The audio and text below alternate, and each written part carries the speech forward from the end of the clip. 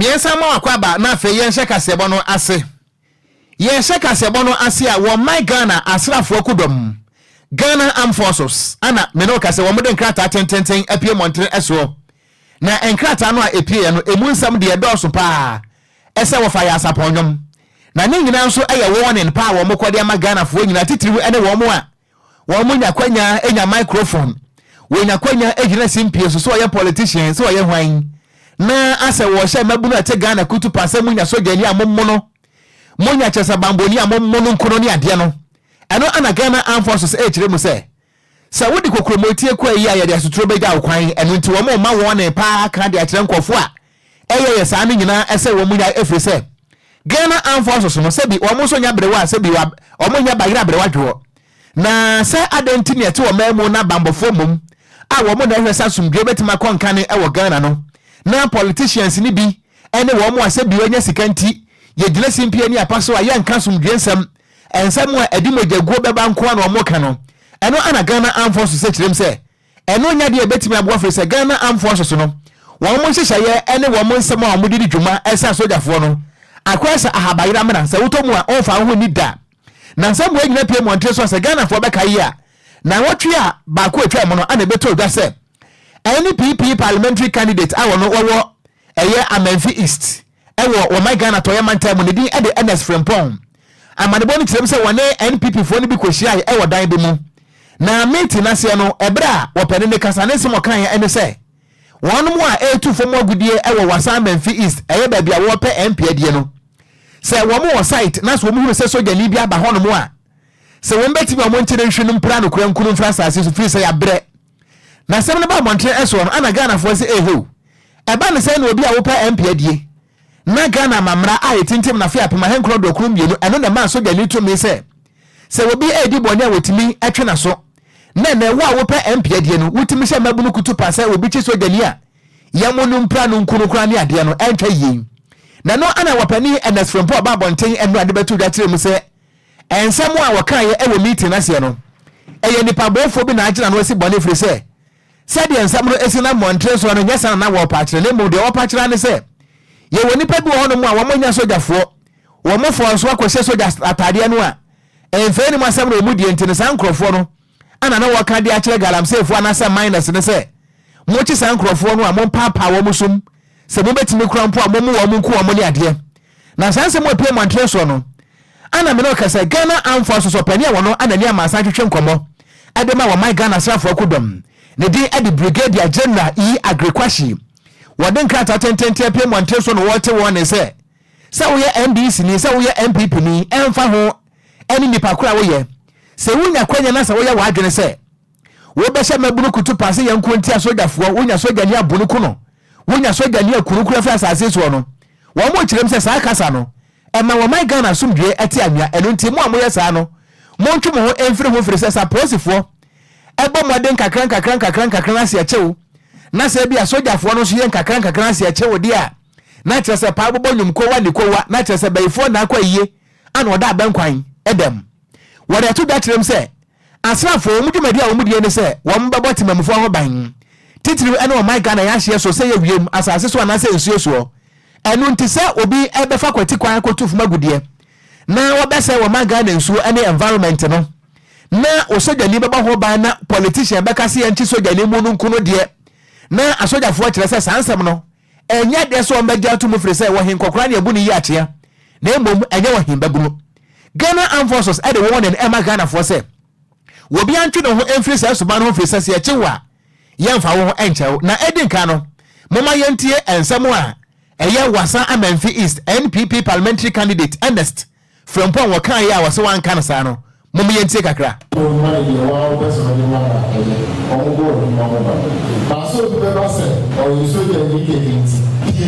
much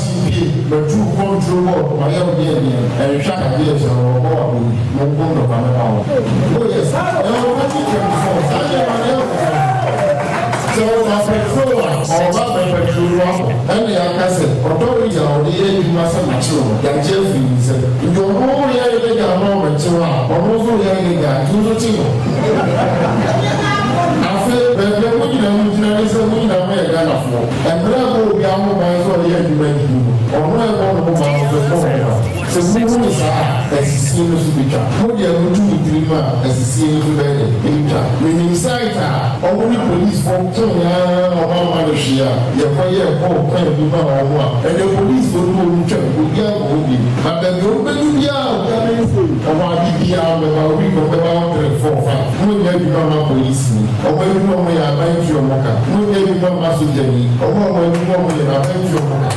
And if you also got the idea of gold,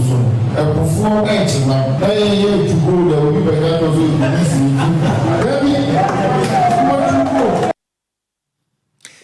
enti ebusua anyway no eye wopani anidi ede NS from Paul no ana wopese wodi MP ewo wasa Amanfi East mensi mu atoye mantemu a NPP amari ko ni di mu ana wo free bantin nsem a wo kan ye nam so Ghana Armed Forces so ababonti abete wone no emu nsem ana wote na uhwe video no da ye Facebook no so no a wo bra wo kasa no na kire se eye Western Regional Minister wono so eye onabo kwabra wo kire da ko wono so ati hobi a kire se wo sere kura hwemfa no kura Kwadwo oko enso nka wona ye Regional Security Council Chairman no Rexec ade ba ko atete wo kuruma asane se samanyofo ni petumi awon na omo kekati mamufo ni tribum na ono te hono mo a oyenhwe han na wa wo kwa prema se badwa konwa na wo hye emebunu kutu pase sasrafo bom no mu nsi akan no ade no no wankasa nko no no mu nkosi akan sa wo so ye babunu kuruma han mo betumi asore so ne military service ne kokon kuruma am wadi ni sunku ni mu da anamo ayetu no se ye petumi ene niam bia ye no yamie nim de kure ni emo oman no nti Ghana mebunu na eso omodwan Kwadwo yes power corrupt but absolute power corrupts absolutely to me abedi ni nsem te na wakasa kasa sai se o kwa prema hye badwa ko nwa kra na ye kukuru kra mpo ne besoa na MP na wo padie no se o kwa hye mra soja ni so de mra na ya adwuma sa ne te nti wo kwa parliament wa kwa eden say this is your mentality a o kwa eden kwa wo ko ne semfa so obi ani so enti mo kwa akoton odwan e wa bra mo kita ne dua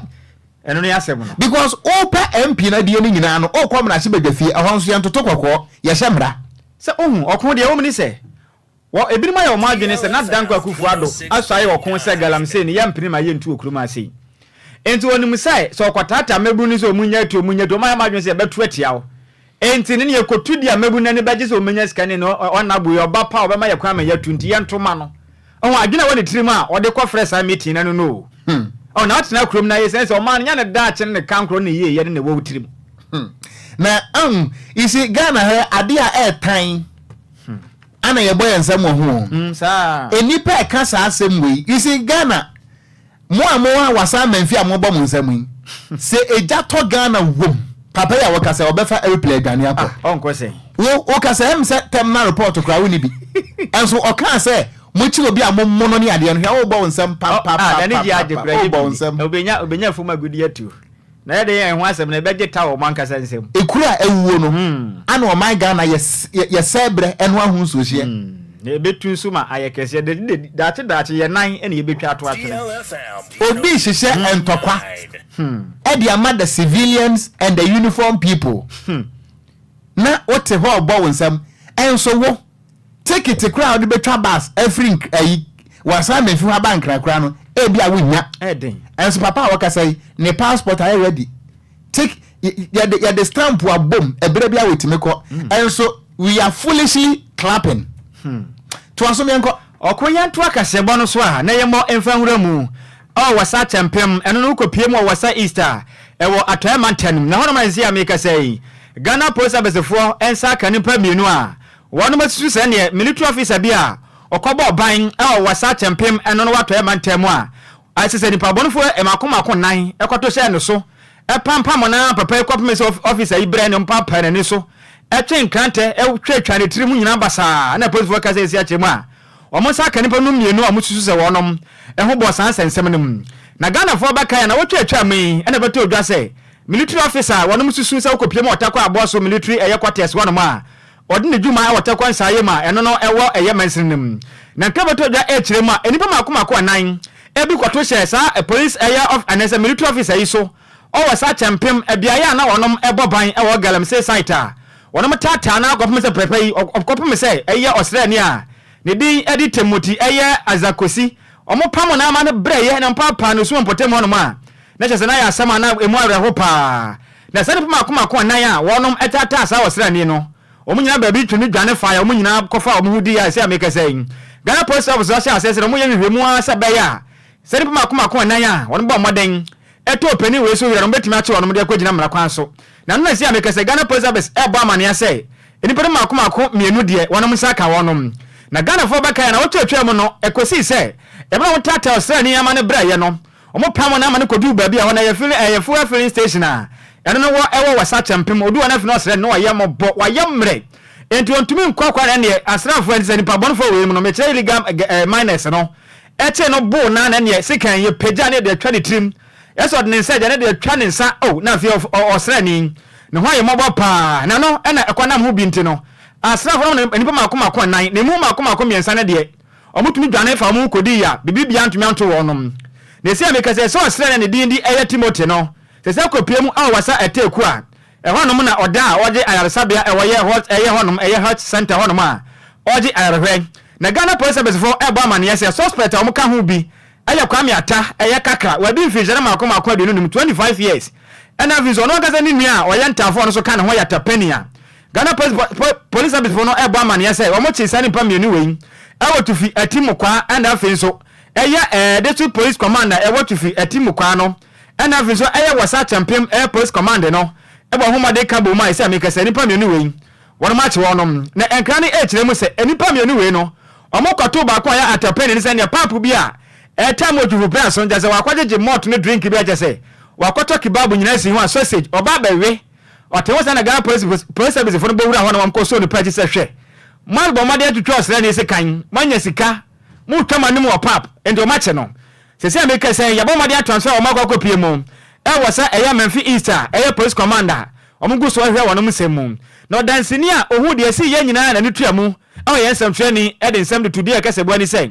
de nsem ni si ye no bo made eche wono ma se ameka se wasa Memfi East police commander no eguso nhwehwemu na me no ne de akase bo e de nkobo no emu nkyere mu ni wasa isemensi mu ewo atwemante mu ha sujenia wonam na isisi okopie galamse site na galamse nipa na bi eto so bitwitwa no funfran ema nyame amfefia enka ofo anananom ewo ensiedo no yade amane bo etu gade nyina ansa na yade amane bo ne betu gade na police force mo aduma sedada ne mu yade amane bo ne betu gade no anopa be no nwofim honum no na enya ne ntiese apolice for wasa iteku to be precise omo abomaden ache mofro suspect ni mu baako na do mo che no efeno kwame ata awanya nsia adwinu enum 25 years na obuchirema na ofiri wasa ateku eba betwam de akotwufu praso enti kuro bi ewo ateku edi twufu praso fifi we fredo ahoyi krum eno ene twufu praso ana twufu ati mukwa de sese no na ebohye eho pepepe eno mu sabranti timu tosua woko ene jesa polifo eka ni timu ho enti so ye mfoni nu a eno ne ye ebra wo mo che no a wo mo pepere ho no eno ena mugu ne saa no ena wo mo eyere kwame atei enti ebe ne no nkrum go kobo nundunu a na nini baako enkofo echi wo mi omienu na ye ntafo o mo ye ntafo enti na nini baako e depend no wono so so ete twufu braso sport bi a efe no daddy half wo se wo pa be a je se wo to nsa ene sausage bi edi sinanim obi eni nsa so so wo ba be no mu a na twufu braso posifo enso eso ni sisi a o mo epeja no na je se atani ata o mo eni two suspect a sa be de twufu atimu kwa de police command ene wasa east district police command o maka bu mu a wo mo atechire wo mo empempen sa ni pam yumi ati wo mo die e do mo akwa kopie mu wasa east district police command ya no ka sei wo mo egusu ehwe mu e de fakwa adu ahodo a wo mo e de bebo wo mo no mo do makudina emra no na anyamra fo ni ana de tuwa fo ya edi wo mo ni di so jani ewi wo mo ye enan asesi ade mu mienu ntafo mienu ya ti wo mo aka mienu wasampi kurodu mu ha wo mo die wo mo do mo aka po asela no apolifo ehwe wo mo etiri kwan eni a wuti ye ayo dansini ono kra ensem training a odi nani edi asem we ya chi nyina na odi mu nkyeremu edi asum DL kase bo no ba Facebook no so DLFM 106.9 ya emra na Ghana Police Service fo no eyire mantua mienu we no ba Facebook no so video ni da ho no ma obenya bia hwe na sade ya yire kwabla ne pa chi power form agesa ye gidigidi sa no enya sem kuma pra okon we nso ni nsem ahodo a efri eye wasa achempem a ɛno no wɔ ɛyɛ MF East mpɔtam hɔ no ma ɛde ba enti nsɛm ahodo a empini kwa kae no ho aba na ɛso no ɛho nsunsuanso no bi na yɛhuni ho aba na ɛso no sɛ ɔmabo na apira no na de awerɛho ne sɛ yɛtwitwa ɔsrɛ ni na yɛtwa no na ɔde ne nsa agya ne yɛtwa ne nsa naka ho baabi ɛyɛ duro no wɔ Ghana ha yo sɛ ɔmo nso ɔmo nhyehyɛ hɔ a ɔmo nhyehyɛ barracks hɔ a na ɔmo ni dia na nipa bi de ɔmo sika bi dwa na nka ɔmo nsɔre ɔmo awe mu no menyi ni sɛ ahobambɔ kuo bi a wɔ ha yɛ so sene military service no yes enti sɛ kɔba sɛ amanfo bi edi anyamra nsɛm sɛ yɛsɛ ɔmo keka ɔmo ho kyerɛ amanfo no mo hu ne sɛ kuro na yɛti mu na mmara na di bu ɔman no yɛti kuro ma ne yɛse soja ne fu ayra ɛwɔ Upper West soja fu ɛwɔ Ghana nyina kogu wɔ Upper West ɛkɔbu nipa ɛma enyim nyina yɛ hwe wɔnom obi adi nsɛm hu sɛ mo hyehyɛ barracks hɔ metwitwa nipa se kan ɔsrɛ ni me de soja pa amanya bi ani edi Kwadwo oh there be ba udi bi anka ba hadwen sɛ nyankopɔn wanim yes anka ba hadwen udi anka ba hadwen because me hwɛ si akura wuni yɛ kura no because akoma na nya news akoma dabi nye no nsia bo prɛmo ato akoma kura dabi ka obe show discipline okuru ha pa na yɛtwitwa soja ni ani kan so na mete barracks me jimini na me jimese shia ma mento akase bo no so na aba ye bedua no eno ho aba na Kwadwo ebe dan ebe so no na be so ma yetwa ya na we a che wo mun ebe ono mo kona bra sa na aye foolish case me ade ya na tete me ne so ko o mana yetimu no aye na menim adwena na batimamufo no tirim yakasa obi oposi na so wosra ni a oboban atwitwa ade ye ne yankasa aje se nipa ne kofa koti kan ya ne man nye na ba se ukotu fum agudi a enam mra kwan so na police officer na military officer agba awura ho no se munya atu a etwitwa ne sekan wodim de enti a wo mun suro uniform ne biem no da bio ne ma mienu on suppose fo nde wo mo na aton wo manim guase amatemamufo na to ebinim aton wo manim nya ebinom yes aton ani monyam no fofofo ama temamufo na hedan ato but asojafo no de da bi enti sa na de enti ama soja ni sesei timamuni no ene timamufo ni bi hu o mo sese bi o mo so nyo bia no sa asa ya insight timamufo no ebi ni de papa yi kai enti papa ama timamufo na hu se soja atade no kra hwenim eso ko mete wase ya de amanyo se mahura mo na opa na so ma mekan enti so kwaya ne party ba behwitwa agye no yes ene daache ye wonsem bo no po okuru ma enti na meka say pa abobo nyum kowa ni kowa no ene se Ghana police service ne so sa na o ma ye wonom because oyire ne hu so obeye adwuma na wo na peni bia fa na fi office aka je krati ka asem no so na watwa so enso du ba bi na ye hu ni sa ho ba mokuo ni nya wonom na omo nko na mmom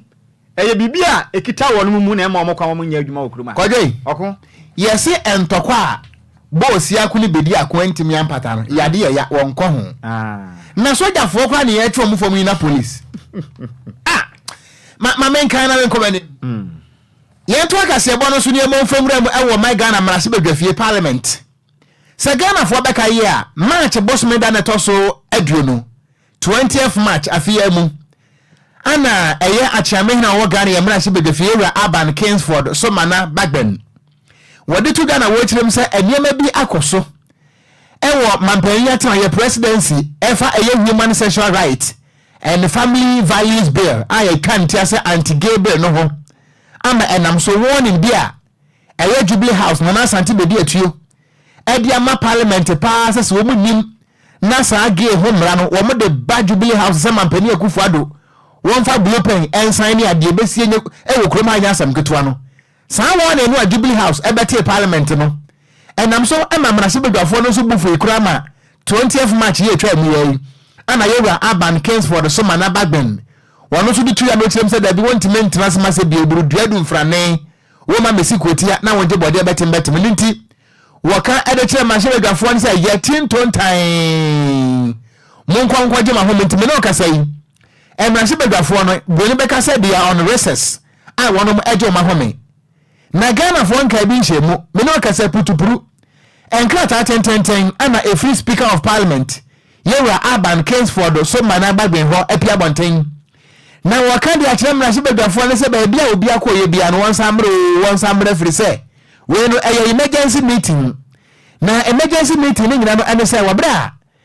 speaker of parliament wakasa mrase bedwafo no obi ankonko gina home no ana edom kase a waga na mrase bedwafie match bosum de toso miensa no wonom 18 petition ede come speaker of parliament say anamono a parliament etuo no entwa yie free say ye waniama wodo bi wo no mo sese nka mrase bedwafo no tenase no mugitu mum ebi government business ebi 34th report of the appointment committee no sese nka mrase bedwafo no tenase na ombobo ho na omo agitu mu ana afi kura so no gay no ho nsama sa pie bie munti eni kura se nka mrase bedwafo nkokotena fie nsa na we no eba nsa na me no kasai speaker of parliament agina sa petition so nkrata pie ama mrase bedwafo makomako ahanu eni aduoso no ne se ba bia obi akọ ebia no sansan na chimra efri se enkomo no fofura ba enu nti we no emergency ye frɛ se mrase bedwafo no samra na enne brother yakasai wono mo hyase na second meeting of the fourth session no wo mo fa enhyase we ene nkomo a efim rase bedafie so eba ye to akase bono so ane ye body awura mu wo pani a otu frank ana okwa program pani akonwa wo man Ghana mu wo mfimpim ye nadu na bato betu mu ni din Dr. Sam Ankra wakasa echire mu a Ghana meburu ne Ghana de hye nyina 2024 beto de ya ne mu Nyankopo anya dom pa na ballot paper no pa de o ma hu ni person ku bi different bi pa o me say de ye hu ni say ya dada ya de a Ghana de hye pa de uyi ni ba mako dusi ho no ma emu nkron aba ne ho abufuo nti enya de Ghana fo beto aba no kra papa we kasa na o kire mu say wo hwe nansen ya global analytics form report ba bonten a kire mu say o ma Ghana yatim sese no wo hwe nhye ahodo wa ekoso dodo na keke ka so ene ye ba beto aba bia odi a ene wa hwe a ye benya third force free say MPP ne ndi sama nyoko ni abra wono mpa wo hwe nwuma bi ni nema bi o mo ye krom ha sei na asa mo mframa nyina sa wo masa pa woni bi o betim di aboa Ghana entini nya de a wo betim aboa na sese global analytics for report ne ba ya kire ma wa hwe a e be dada na ene dada Lumba nyom na wa pre no hu bebebe nyina ne eno ani dada na o kire ma sansa nsama hodo a global analytics for ne be kan ye no se no kura bi anim oso kwa fom pa kwa hwe ne ma hodo e kwa fom o man Ghana ma said the omu ne report na eka no ente sa form we free say wo hwe mamu abo ne yakoso o man Ghana mu enfie bebreni a endi se ma batena ma o man Ghana benwa so abaye o man yi basa MPP ma yokoso batena ma abenwa so enya kwanya bebreni na so o man Ghana hyebre wo de man tuma se o man hyebre de a de pa na kire se Ghana fo ya crowd say 2024 abato we no esa akoto ma MPP ne anisi biem o de nse wo nyina tudwa eno ane nsɛmtwefo kasa ndrada na wo tirem say Ghana fo abra pa every say Usha memu boni yakoso o man Ghana mu MPP ne ndisi atoprepa amne Ghana fo eto okrom ha sei no inada ne nkontompo ahya sama nyokomi ni we ma okrom ha sei no sesi o man Ghana ahokyere ne computer etwa bokoto edno koto na product so eku o man Ghana fo yi we hu na Ghana abakọ hwe ne hu se na danko akufuado na bedi eche Dr. Mahmoud Bawumia ni foni edaba paper no so a na fi so ayama penda da John Dramani Mahama ni foni da ho na Ghana fo koto abo se da bi omuhu pe ebe yo mabo frunti abano kra de Ghana fo nto ne send Ghana fo ya krado so mpeso mo sisem na mto abani mani pa afra Ghana man da na koma so oba obetima hye so man ne ma etima ya soro nkopa ne send o hwe ni mu say 2024 abato ne Ghana fo betima sisem man ne ma etima akoso de mo man e ma Dr. Sam Ankra oni samtwefo kasa no emu nkyeremu ni. It's amazing that it's looking this way because we also do our polling, and for us to be able to do what we're doing now, we need to first of all understand what the market says or what the electorates are saying. And I'm sure if you conduct a polling here right now, you get a different opinion as to what's shown. 9 out of 10 Ghanaians that I speak to would not vote if they don't see credible candidates on the ballot box this time. People are sick and tired of the status quo. It's a new era. It's a new time. And all these things call for new movements like this. So to continue having the same sort of polling, even though what the ground says is different, it's quite amazing to me. But anyway, we'll first of all have to understand what is the what do you call it, scientific data behind what they did. But I can tell you strongly that this is not what is happening on the ground. The ground is showing something else totally different. People aren't looking at NDC or MPP. They are looking at a very good alternative to take the country forward. They're sick and tired of the status quo. They're sick and tired of the way we do our politics, where certain cabal gets into governance. It's as if a war has been won on, they share the spoils among themselves, and then basically move on. At the end of the day, 4 years come, and no other Ghanaian has benefited apart from a little clique. And this is a status quo that we are looking to change. So I suppose the situation on the ground is totally different from what I'm seeing with these polling. But we'll get to it when we go along. Any awuti I aspiring independent presidential candidate. Okogyeabour say 2024 about today anymore no. Okogyeabour omampeni akonwa etme bedi o my Ghana so ne din e Dr. Sam Ankra oko na de free senior so aso ya baro no. Ne bro for the pa. O say Ghana for no one hwa enipa makoma gina ho a emu 9. Si ehu MPP ne ani sifuo ya so de ballot paper no so dia omo nto ama. Na no te kuruma. Wonim Ghana for Ayasebo na bi wa hoho onim Ghana for sanko onim Ghana for anko nka awokrom hapa o Ghana ni kogina screen na chi a ba bi team no o kogina chi a ne wura free ne komo nti papa yi onya yam so wonti ha wa hoho na za nya de o ka na be yadwuma on say otie ne brofo no a watena brochire a che enti officer say ne abrochirefo na dwen no sa na ha anso yadwen ye opani ye fa ne say the din the Dr. Sam Ankra metunofo obefa we de abi obefa say wo fa na etunofo na wo ati de hwa wie na betunofo a obefa bio say one first one wa wo amfa wa futuo de ane obebre pa because de obeka ne de ofa ba kope of Ankra say mo fa se Ankra so a mo fa se krom ha do so ye NDC ni no opa atwetuo si ne so ye NDC ni de so ye MPP ni no opa atwe ajan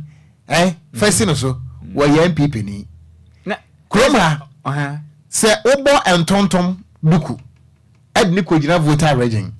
NDC ombeto opa wambra asantemem ni emfa microphone enkosi ho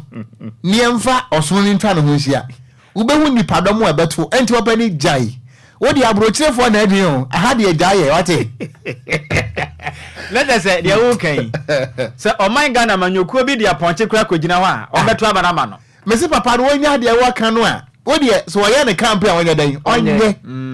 ba se obeto Ghana ni fo ja Ghana ni no mu ba ya mfa so e bebre o mesi wonya Ghana ni na se Ghana ni wu na so sky wo mere ye me bonsa tie enso ma Ghana ni da na bebre ane onabo eye Dr. Sam Ankra bo modern na fe onye onabo Dr. Sam Ankra Dr. Sam Ankra onyanya onabo udin ne de doctor ne de be ma for now ne de am say enya de abato ne yato ne yehu gina bienti no ye de onabo ma wa say ye yawie mo mo aban ne ntu no foman si esi krom ha de Ghana for no pene say munya ye miengu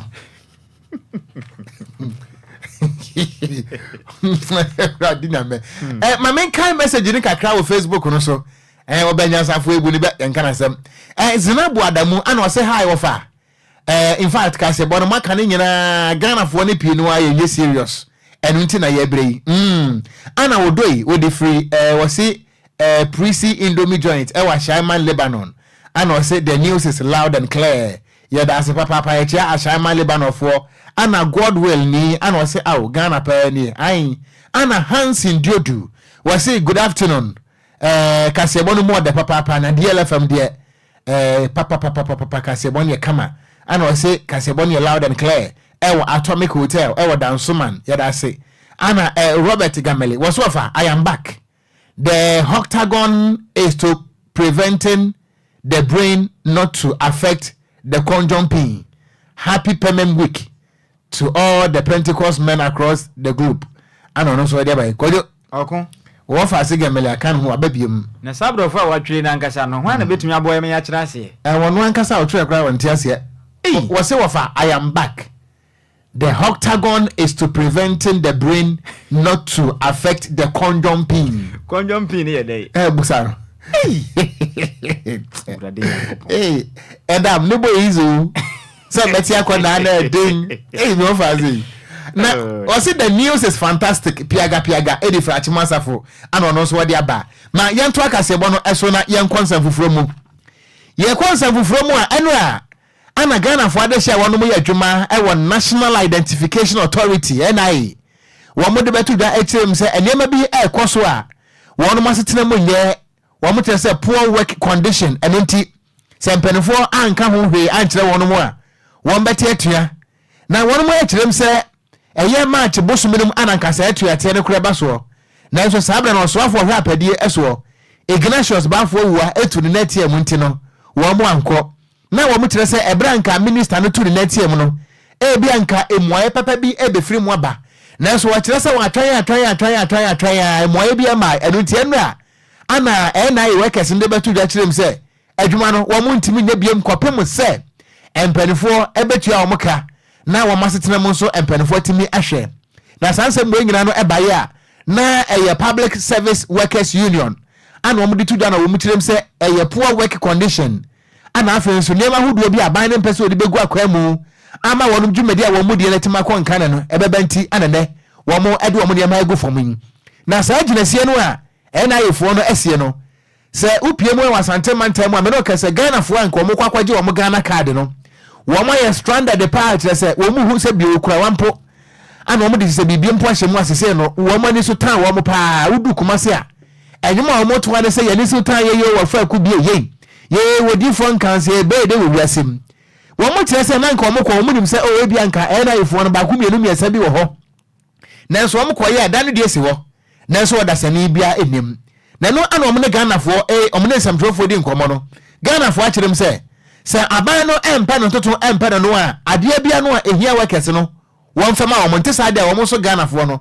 won beto mo firi se won betu kwan ade afiri miamia hodo akwakoduro district and regional offices ana afenso no premium centers se won mo koye Ghana card na ye beka sa aban entu a wo kanti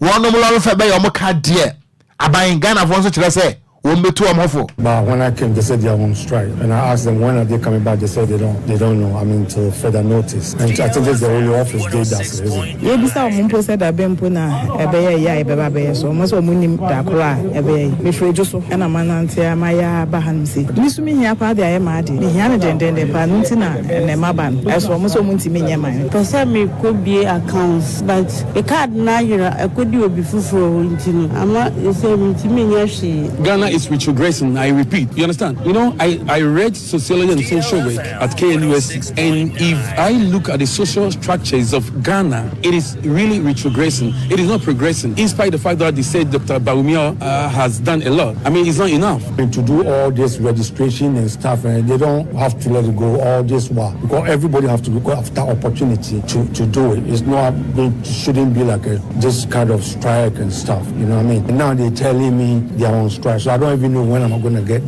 this Ghana card. And I'm a Ghanaian. Every Ghanaian supposed to have hold of this Ghana card. I have a plan because the other person me simam the year Jumanina. I was able to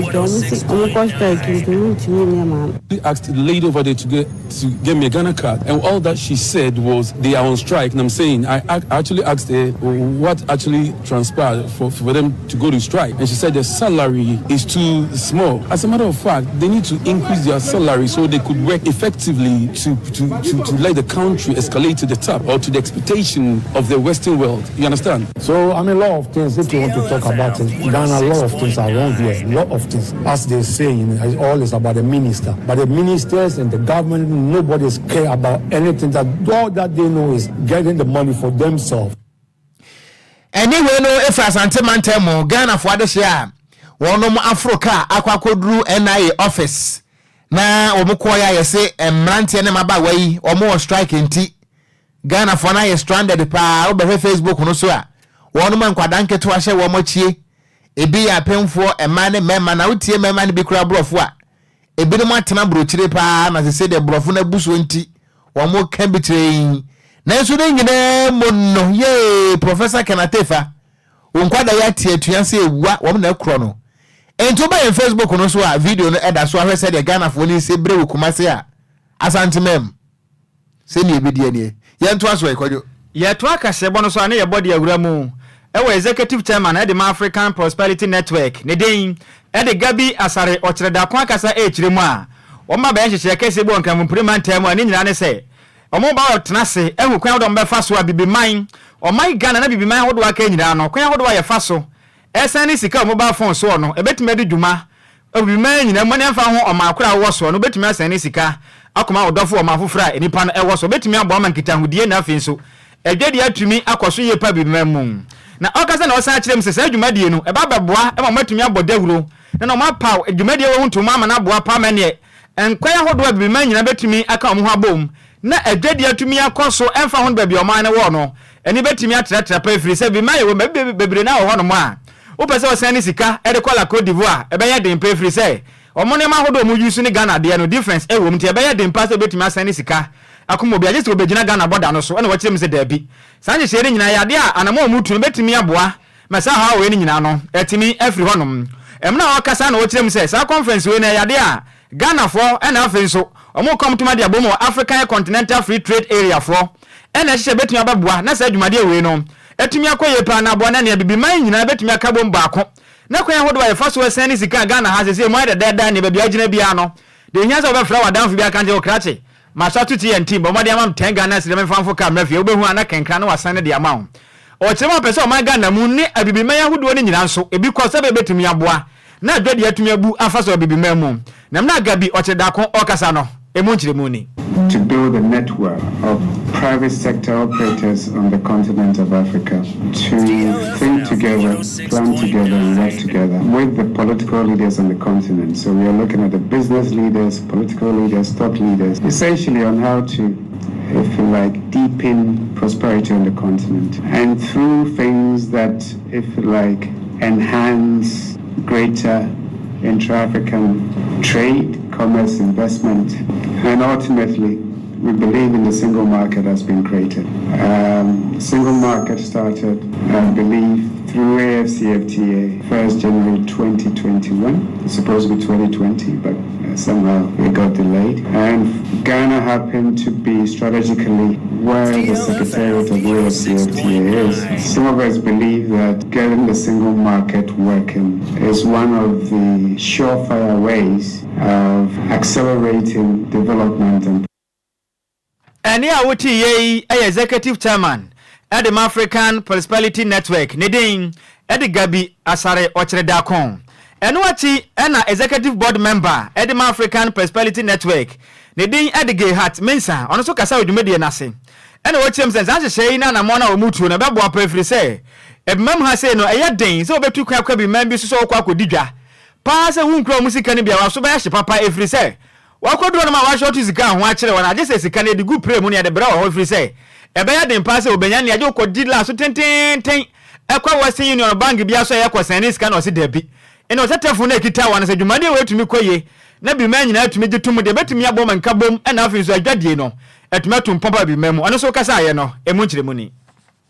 is to advance interoperability. And normally when we talk about interoperability, we seem to focus on mobile interoperability. And that is actually what the symposium will focus on. But I think it's important for us also to understand that interoperability is a broader concept. There is interoperability in health service delivery. There is interoperability in custom procedures and processes. There is interoperability across the various areas that would lead to Africa integration. But for now, the focus is on mobile interoperability, and that is what the symposium would address under the theme Scaling Up Interoperability Using Your Mobile Device to Buy and Sell Across Africa. That is the theme for the symposium. I would want to place on record quickly that when we talk about mobile interoperability, it's also about being able to receive and make calls using your phone, particularly within the African continent. As the focus now or at the moment is Africa integration. So it's about your wallet and it's about your ability to make calls as well. You all know the world in which we are today. It is an extremely interconnected world, and in the context in which we find ourselves, payment infrastructure, as the executive chairman made reference to, has become extremely important within Ghana at the moment. Eni awuti ye executive board member at the African Prosperity Network Nedin Edi Gehat Mensa ene na wote ye no yentu akasebo no eso na ye monfenwe mu a na ye ka wo se wi apem to bre kasebo ne yesi nkonwa e wo DLFM 106.9 ene no flegon anye butu na wi ensam no kra pompune manta mo ya tugu fomo e ma Ghana fo nso mo nsa etimi akabie na odo message no ebrayan e wo Facebook no ase a ye be kenkan ni nyina nso na yetimi edi amawo afa ye nto akase bo no so amanebo a efri eye temaport eba echiremu se 120 containers enura empenfo de nam no eye TB enuro eye tuberculosis de kan sense amawai ehunuro ana afa nso no malaria entridi ehunuro containers no makoma wo ha eni aduo no ana mro kase aba beka ho no mo a se aban no bekwa akokle na ye de aba adwama so ama Ghana fo anya bianom ama ye ho atimi ato ya na marebo no kirem se aban no won kla ye nti no sa containers ne nyina atimi aka ho no mo ha dwen ye papa na amarebo na pie montre so no a global fund to and I say global fund for ana wonom ato sa nwei edifi abrochire ton so omo de ba beche Ghana enti Ghana de nka asede ne say won kaduro ne ba ye no na nka mpenefo atima bomode na nka ba na kwakoyi na nka de aba ya sabe ahodo na nka Ghana fo a wonom anya tuberculosis ensamawa ene malaria no na nka yetimi atuase de ma wonom na so be no kasai wonom kirem se containers ne begu ho no beze yanka to apeso ni aba na nya na adwe so oba be yikura ama no etimi aba montre so ama se bi Ghana fo ehia no etimi anye bianom na sanse mo nyina no etodo a na executive secretary ade ema eye country coordinating mechanism ema eye global fund ni din ede Samuel Hackman won na de sanse mo etodo wa bra na wone ensamtrefo edi enkomo ana wo kire mo ese containers no e baaye no na eye mako 435 nanso no eye aban no ena Ministry of Health so etimi ebeyi 253 edefremu anaka 182 ananka womotwa se bia nka aban be bananka ba bekle nanso omtrem se egu dadaada nanka ye hwani mu se emu no ayede ba ye efiti August 2023 ebepim February 2024 watermaport no nanka aban no etimi akra ne yina nanka Ghana fo etimi nye bianom nanso opani eye Samuel Hackman etrim se wonim de ntia aba bedru dadaada na aban ne nya na adwe so oba be yi asese ne no egu on mo a esaye wotiremu a eno no boni ye ne se efinhia miensa ana ebetimi asaye nanso se nia ese egu port ho no mo a wo hye waka no ewo container no mo na kire se aban na ma meyi a ebetimi hadwen ye papa woda to da echiremu ese aban no ekwen ofa so a as wo beyi as wonyi as obeyi as wonyi no wotirem se ehadwen kura na aye no ho eye snail pace na che se enwa nantie enyenyenyenyenyenyennya e wa bra Ghana fo so ehia sendo no wo bra wo pedi Hackman wo kasa no emu ensem enie ya bomade se ye sabetimi aka ene no nanso ene nem se eye bukef ene no eye bukef enti yensa nyanka na enti yensa kan abirpem ye de ebeba na ba bia duro de apakan GH atena se yen kwankwaje agoprama so nsam na afi kasebo no mu nsam no yen fancy DL News.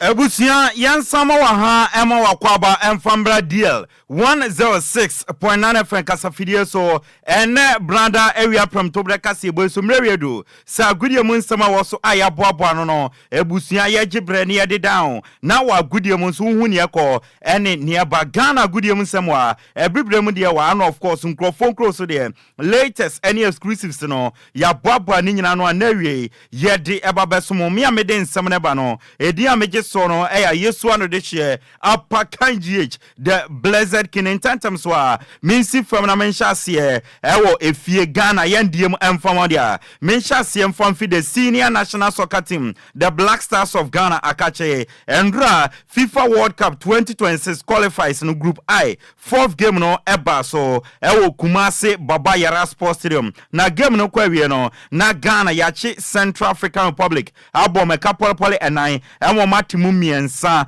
Ghana goals no Jordan Ayew ebo hat-trick mechirema 3 goals eno hye edema Ghana ena Abdul Isaku Fatao ede bakonso account ena uram our Central African Republic Abrante efe Louis Mafuta enso ebo 3 goals edema ma yefe Central African Republic Ghana 3 Ghana 4 Central African Republic 3 na me ka say ena Ghana group no as it stands now no ATM Ghana edikan after 4 games no you won 9 points Madagascar about 3 games almost 6 points Comoros about 3 almost 6 points Mali about 3 almost so 4 points and a Central African Republic about 4 almost 4 points Chad Equator about 3 games almost ni point bi awa and won some no na after the game no Otuado oye coach Edema Black Stars no or kasa or say first half no na omo person mu control ball no na omo find solution out from them no omo nya problem sade na omo person mu ye no enyama ankoya mfama or say o take blame no upon himself eno achin so no na nkomo person mu ye nyama pi na mom no omo anhye da nya enough training entumi entraining enti sade na amom na mom no second half no omo keka nyama sieni emeboae emom tumi ebenya nkonimdie no na oto ane nsam so no na odi tudwa echimwase Rome no enye da krope ene ye di si Rome e take time o se Ghana no ye wo tima ye hia time ene ye betumi e de abuild o se ye wo young players with time no be grow no ma adapt to game na person obo no enti se sia de ne obe kache Ghana fo nyina se ye nya botre na ye support team no Otuado nensam no after the game ye di ama Jordan Ayew the hero of the day ono eno jiran na so about 3 goals hat-trick no so kasai o se for some time now no national team and in the club side nyina no coaches no born out of the position or ye striker now so do baby no more born rings ni nyina mo no on complaining or kana no tum na waye na adwuma or see any time bi obenya kwanya ebe she Ghana jersey no I no pese o man ordina kuma nyina no eye adwuma bobo edema Ghana into no there say coaches no born out of the position and now born out of the position no on complaining always be no onya kwanya na o give ne all way and sema Jordan Ayew edituja na Laye Kingston former Blasters of Ghana player uram our Black Starlet nso na nsia no ye coach odi ni dwumadie no atwo osendra game no ye renie de na mo defensively no ye mistakes awodo ekoso ye game no enti going forward no Otuado ema na ni nkoni defense no non kaka enyama ensie ni senebe ye beja solid and formidable defense we ene sema Laye Kingston edi atudwa na GFA boss Kurt years okrekwa so after the game no obomrante ni nyina aba so any team ni nyina aba so se o ma yade pa enemu atuma komali na makohye asa betena Ghana after 2 goals to 1 down no Musa Babak ebe she 4th radio or sa both team na aba so for back to back victories o menya in the World Cup qualifiers eno Kurt years okrekwa nsam no a yedi ama na yanto ansam no so a yempie mu ewo inde no MiPROMO former Black Stars of Ghana player na kache na ende uram FC Nordjylland oka omu coaching staff no also a football be edema young and upcoming players or see a football edema mo say sebo no mo pese mo born na mudu akire dia ene enyama mienu a ese mo yeni or see di kan mo stay humble mo mra mo wase etoso mienu nso no mo mpene fo mo ni mo di dwuma no mo embu mo eno ene bebo ema o young player baby a pese udu no wadu we any afutu sema MiPROMO edema young and upcoming players yede won some edi ama ewo jumedi so na yewura mo ewo Hazakes ladies akache nanse na uram ewo man league ma playoff no omoche ampem da kwa ladies ebo makame no emo team ba kwa me no kase omo no maji afi league no edi esi omo na so no mo striker Abdullahi Mukama na wakasa osi nani agie pa se ometumaji afi man league no edi esi omo na so osi ono personally no or feel proud of herself and wachi team no or feel so proud of the team esan say inde no second round no edu baby na almost struggle na nyama enkwe na so almost sakika nyama edisieni a oma back inde no abaje man leg no edi asiom na so enti ni obeka ne se nani age obo ne ho abaso enafe obo team ni nyina abaso we ene nsema Abdullahi Mukrama edi atudwa ye breaking it down there we edi amoyem piemo e wo heart ofuk akache na omo former CEO Hariza Ko dano aboboku a ye friend Great Olympics ene has edibuani e wo Ghana Premier League num a ekoye 0-0 obi anhyebi no wo agopramane so ye won say Hariza Ko ene odote so honorable board member de mahasufuk omo yiyi nsema no eno ne yebisa papa e friend Hariza Ko se eden ene esia na oni odote eyi nsema no ena ochioma osi on the Ora Stadium no ena ohun so odote eto ono kache honorable baby amode has team yeduni ene has edu baby a almost sinke omo battle for relegation enti baby amode team na edu no eyed ma omana ena osi odote nsu so ma odote nsu yi na no ena ono nsu yi odote ano enti osi ne esi ewo no no na niosa edebatu dwane se osi has of folk omo board chairman aye friend Togbe Afede no one ne nkasa ne nyina ne se has team no se nyama nkoye no omo koka na empenefo ne buafu enti ne obeka ne se ono de baby edu no obeka na no atum so omo di team no ekwo relegation a eyo omo a omasem Hariza Ko ne nsem no a yedi ama yenwremu ewa manone tew ne yemfansi dia endra World Cup qualifiers no Africa no games Saudi opina etodwa result ne say enekoye uremu group A na endra oma ye friend Guinea Bissau and Egypt equity obi a hye ne yonko eka bako sanso na Burkina Faso 2 Sierra Leone 2 urem group C na Benin echi Nigeria bo mekam no omo timu bako wo group J no Somalia 1 Botswana 3 Uganda 1 Algeria 2 Guinea 0 Mozambique 1 group H no Equatorial Guinea 1 Malawi 0 and group I no Ghana 4 Central African Republic 3 sanso na endra international friendly games etwaguye ewo Europe omaya ye frana check omotena say North Macedonia ebo mekam no omotimu bako Netherlands 4 Iceland 0 and Poland 2 Turkey 1 nyame aduma ene wo Africa no World Cup qualifiers no ebeto so na games ebeba so na 3 na tie group B no 12 noon ya game no asha say South Sudan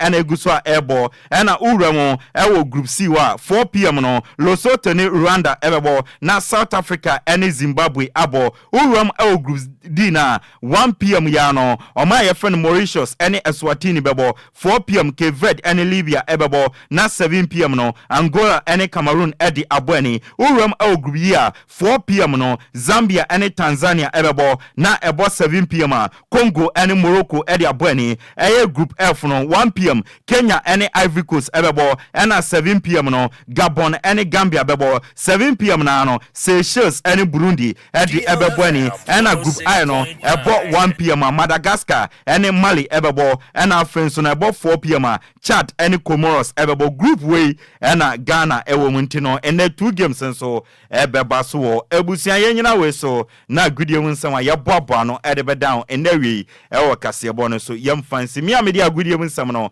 ede ebe down no dia meje so no eya yesu ano de share Apakan GH the blessed king. Over to you Okogyeabour. Meda say Apakan ti abusua ebegina we so na wia yensema hodo ebobo ano de beso mo se wo prem to breka sebo no ye de ebesie yemfa seda Emma Sandish Sam's Consort wono ma na ebo Ghana fo de wo mato kwan UK Canada Dubai Poland and Croatia o visa assistance there but mo de se wono mo betimadi enkomo wo fanko barrier asofan a wo ben Wise Park Hotel 0244291546 na watimi afre wonom Kofi Taylor de ko Facebook no so ema won so utimi nya behwa kire wadwen sada so na kenkanfo mienu ayeje bre no so edia meje so eye Okogyeabour Ocran mene Nhyiraba Kwadwo Sammy B yada mo nyina se awia yi ama mo nyina mo